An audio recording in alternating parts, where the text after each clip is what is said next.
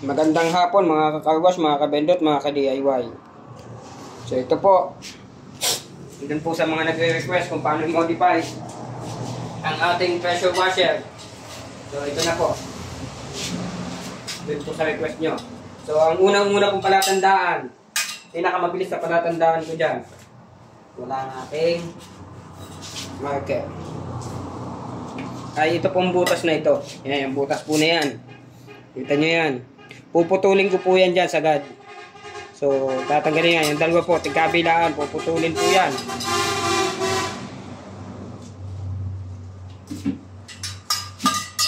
Hindi na tayo gagamit ng marker.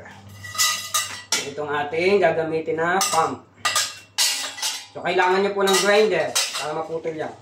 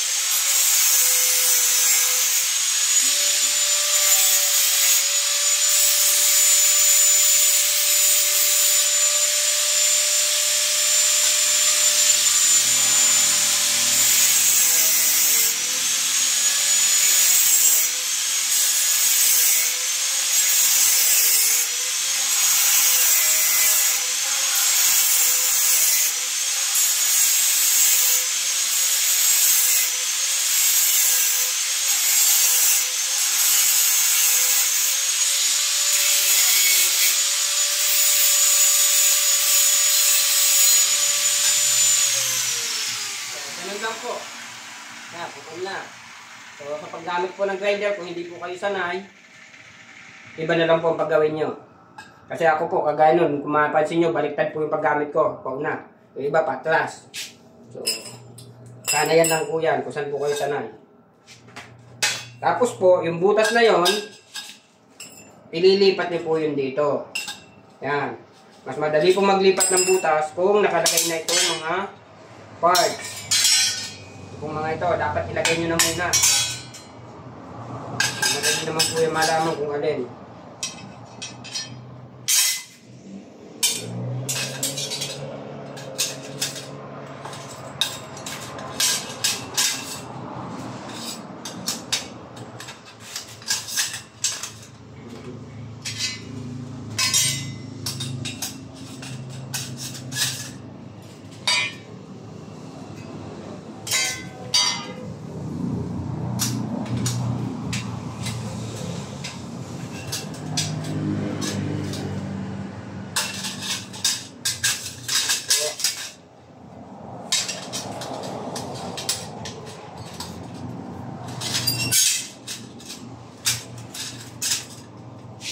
So, pinakamadali po, di naka-install na po ha. Tandaan nyo lang po yung mga nakakapit. Kung itsura. Yan. Kasi yun po ay paggagamitan ng kung pong dalawang may butas na yon. Yan po yun doon sa pang-adjust. Pang-adjust po ng pressure para sa belt. Pang-adjust ng belt po ng spit. Ikabit natin.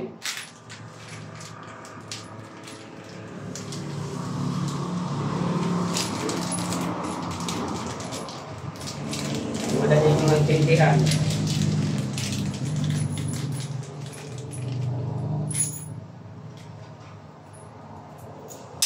Para dito po yun, yung may butas na yun.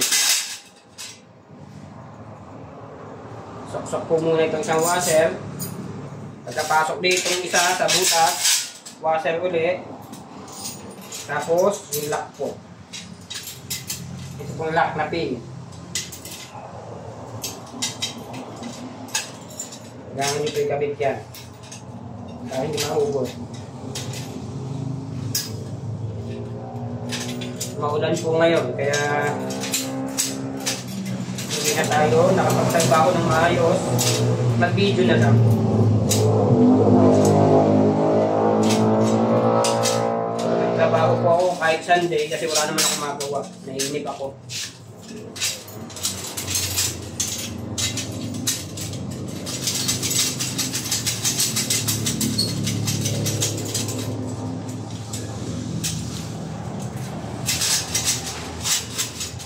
So, para po madali nyo malaman, ito lang po, hanggang dyan lang muna.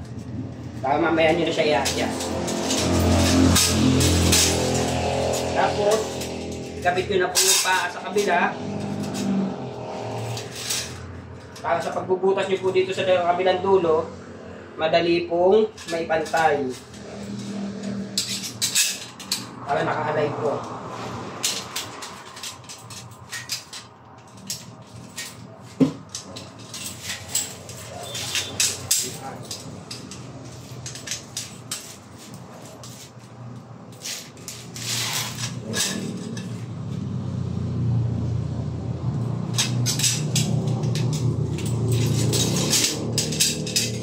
Kapag nagbutas po kayo sa kabila, pantay.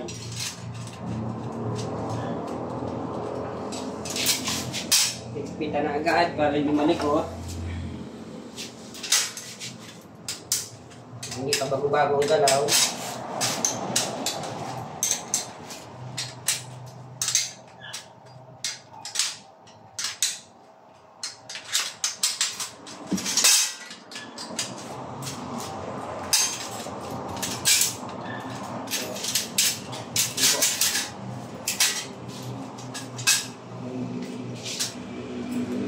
Ngayon po sa pagbubutas, tandaan niyo po kung saan nakatapat yun. Kumbaga, isukat niyo po siya. Lagyan niyo ng mark. Yung isa lang po. Kasi yung isa, para madali niyo mapantay, ito po ang gamitin niyo. Kung pang ilan siya.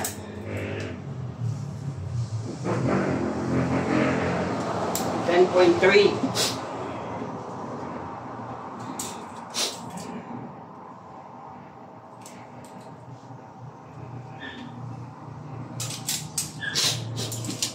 Yeah. Then, butasan po natin.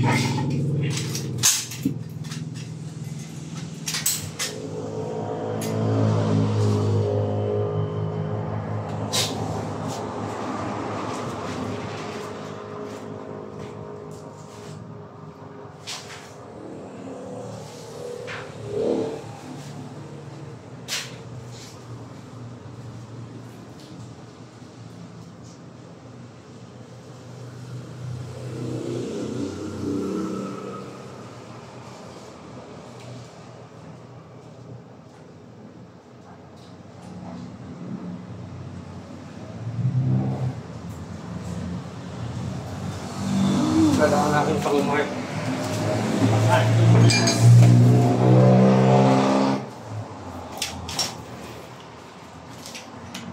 Hiram na naman ang aking gamit na hindi bumalik. Ayan, mahirap.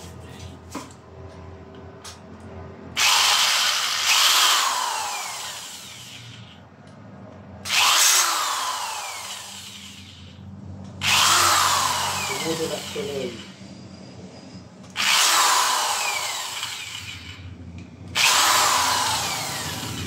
Meron po kasi ng aking pangmarka. Hindi bumalik.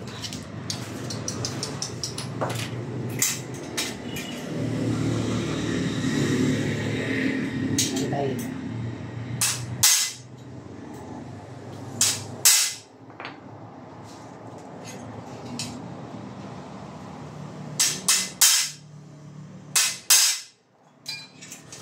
Napakalaga po ng marka para hindi dumutulas.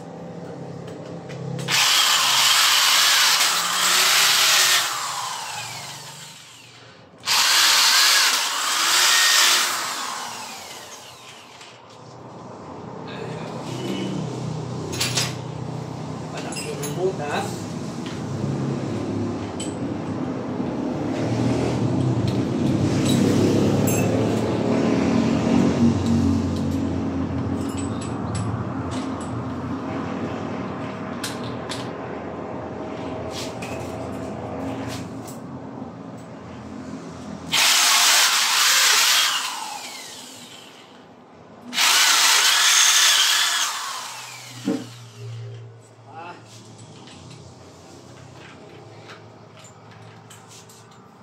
Yung final size po ay number 8. Yan the wheel bit. 8mm. Pwede yun pong 8.5.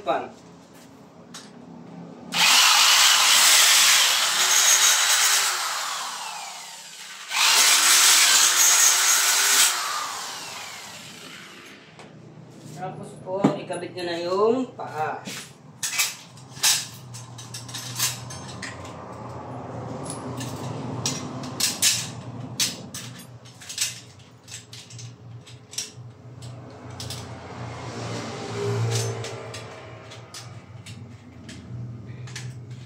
Okay.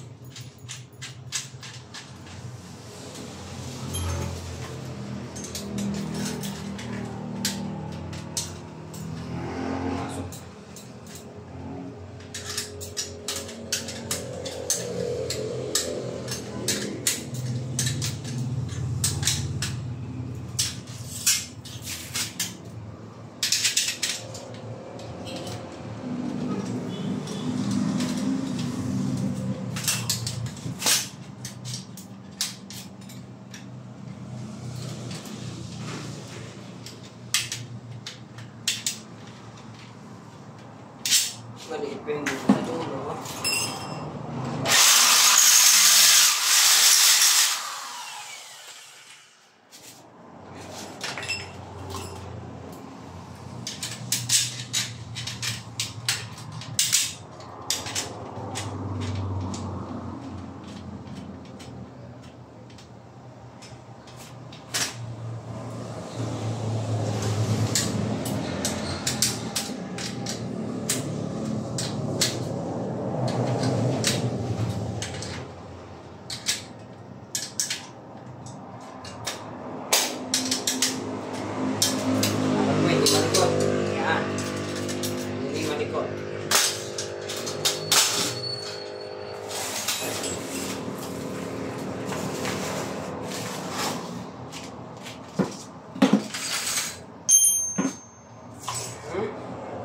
Pag-position po ng inyong pump, depende po sa inyo kung nasa kanan o nasa kaliwa. Ang akin po ay nasa kaliwa ang pump ko. Kasi ito po ang disenyo ng aking kapwa.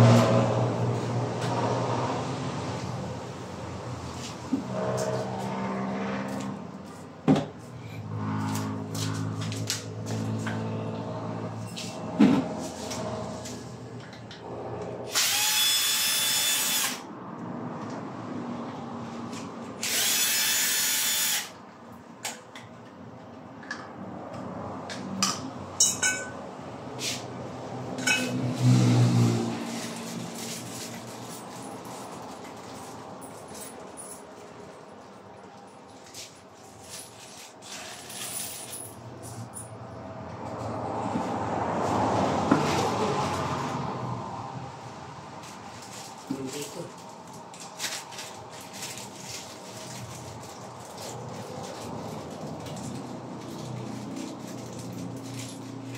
Hindi po kalimutan yung lock. May lock po yan.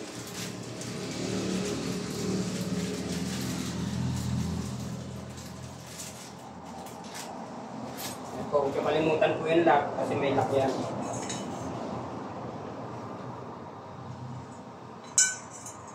Ito naman po wala pa naman. Kaya pwede pang tiwag.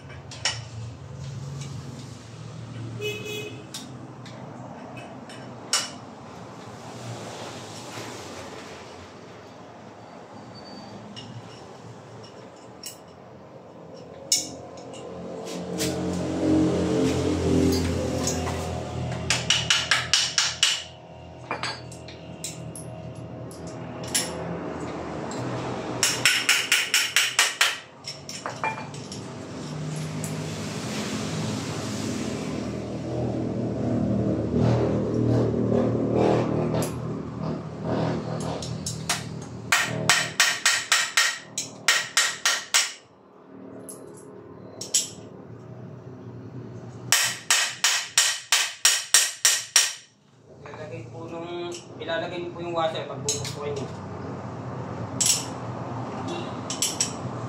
Lagi. hindi ko masira. Ating ito.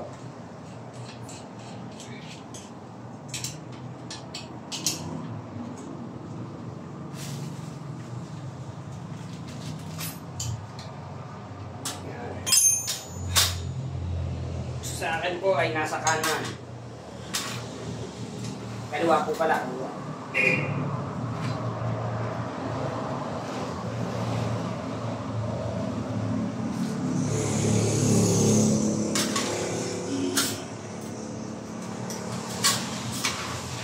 Yung iba po, ito pong panghigpit na ito ay nandun sa motor.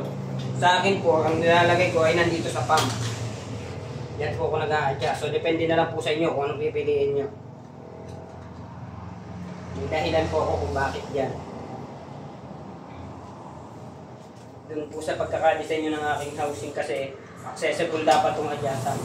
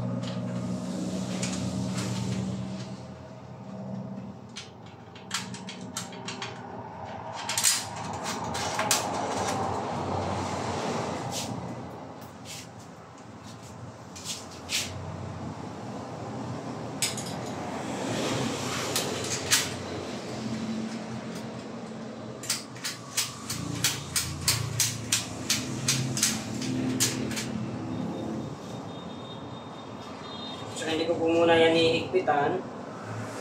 Siyempre po, i-align ko pa yan.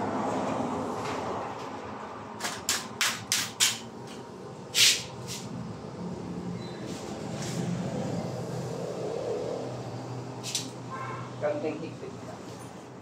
Kaunti lang. Hindi mo na kumakain.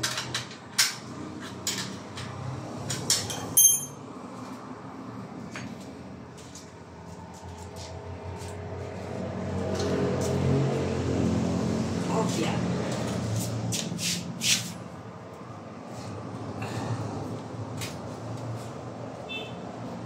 Mapapansin nyo po, yan. Napakalapit po. Halos dikitan po siya. Napakalapit ng clearance.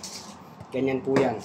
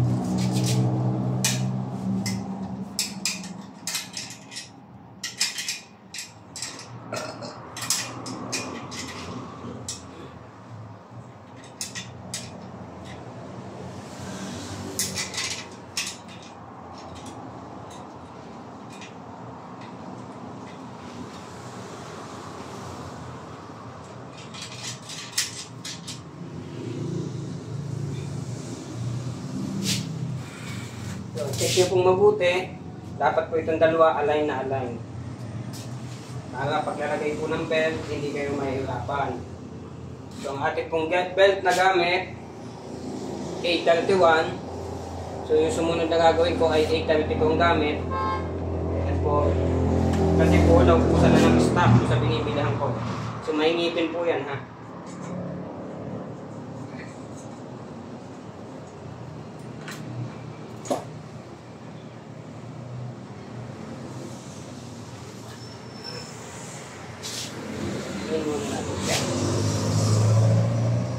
Dapat po align na align, straight, para maiwasan po ang pagkasira ng ating ipitan natin to. Okay, align naman.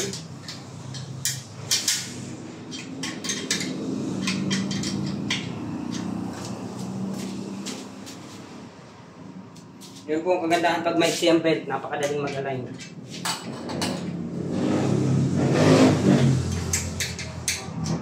Kumpara doon sa mahaba.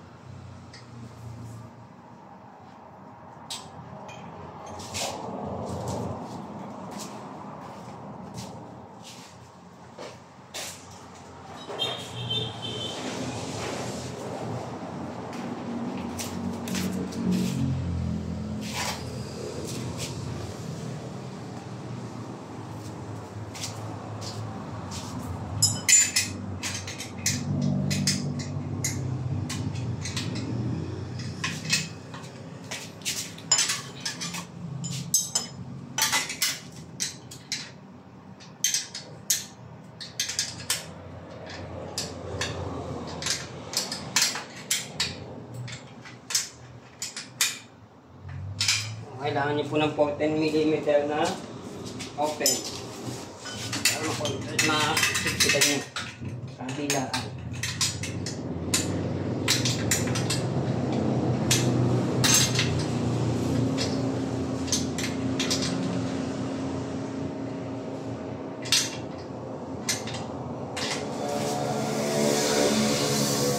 Check.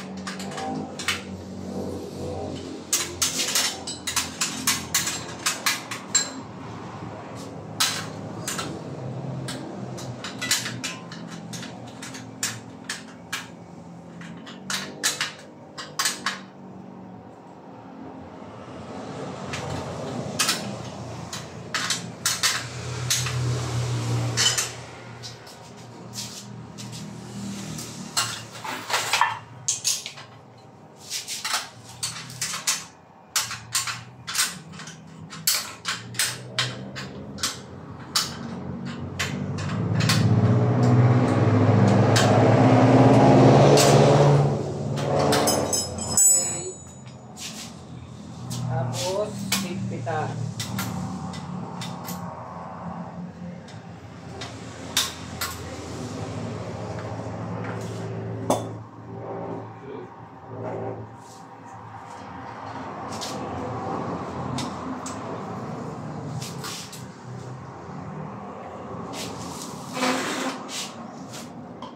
Sinandamang po siya, tapos na. Ganun lang po, mag-modify niyan. Kakabit na lang po siya. Napakalaki po ng clearance. Check nyo po, yan, halos kamay lang po. Napakalapit po ng clearance. So, pag nalagay ng langis, dilipin nyo na lang. Pero ang kaibahan po kasi, estimated ko na po kung gaano kadami nilalagay ko dyan. Sa langis. Ito ng handle. Dati po yan, ang haba niyan dati ay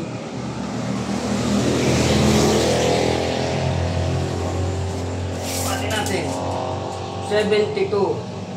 Kasi po dati ang haba niyan ay 83. Yan, plus 11, 72 plus 11, 83. So sa 72 na ngayon siya. Napakalaki po ng iniliit niya.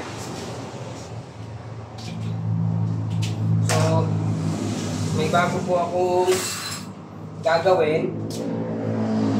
Base din po dito sa pump na ito na gagamitin ko. Susubukan ko pong buuin yung hinahanap ng iba. Yung dalawang water sa isang pressure washer. So may nakikita ko na naghahanap ng ganun. So may binili na ako mga parts, hindi pa lang dumarating. Kasi yun base sa naisip ko na pwede ko siyang gawin. Kasi ito naman malakas ang pressure nito. So po, ang gagawin ko po, dalawang water, dalawang bendo, pero isa po pressure washer na gagamitin. So, gagawa po tayo ng ganon. So, hindi ko pala po sa ngayon i-share, although may darating na akong pyesa, siyempre hindi naman po agad shareable yun. Hanggat maaari po ay fully tested ko bago ko siya i-share. Pero susubukan ko pong gumawa sa kanya, mag-experiment tayo. Kasi ang alam ko dati, mayroon na na gagawa daw siya. So, hindi ko alam kung nag-succeed siya. Susubukan po natin. Pero hindi nga lang po agad shareable po yun. Siyempre po, gagastusan ko po yun. Kumbaga, pwede ako masiraan ng machine dahil sa pag-experiment, pwede ako masiraan ng piyesa. So, medyo magastos po, mag-trial and error nun. So, pero magbabaka sakali po tayo. Kasi napakalaking katipiran po nun sa atin. Kung halimbawa po, isang pressure washer, dalawang tubig ang makapagana natin. So, yun po maganda doon. Kasi ang naisip ko po, pagka ginawa ko po yun, ang number 1 na mangyayari, siyempre po, hihina ang pressure. Pero titingnan po natin kung may magagawa tayong paraan. So, siguro naman lahat ng ganyan niya may paraan. Titingnan po natin. Yun po ang mga sunod kong project. So, dun po sa mga may mga gustong matutunan about car wash, minsan-minsan po nakakagawa ko ng tutorial na ganito. So, although po yung iba hindi naman interested sa ganito, so baka sabihin nila bakit pa yung modify.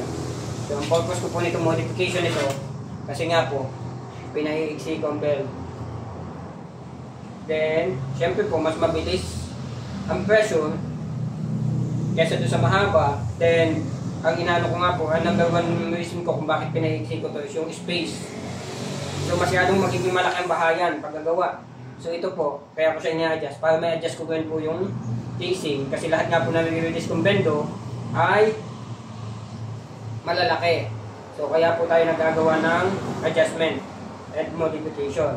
Then about sa pressure, wala naman siya nagiging problema. Then ang ginagamit ko nga po is may ngipin para hindi po yan dumudulas. So kahit lumuwag, mapahigpit, huwag lang naman sobrang higpit. O kung mapasobra naman ang luwag, hindi nagkakaproblema ang ating pressure washer dahil nga po may ngipin sumasabi. Yun po kagandahan pag may ngipin. So kaya mas pinipili natin ang modification. So baka sakali po. So medyo mahaba na pong video. Dito po sa mga may gusto matutunan, please like, subscribe, and click the bell po. Baka sakali po may matutunan kayo sa akin. And makatulong din sa inyo. Yun lamang po, mga kakawas, mga kabendo, mga ka-DIY. Salamat po. Thank you.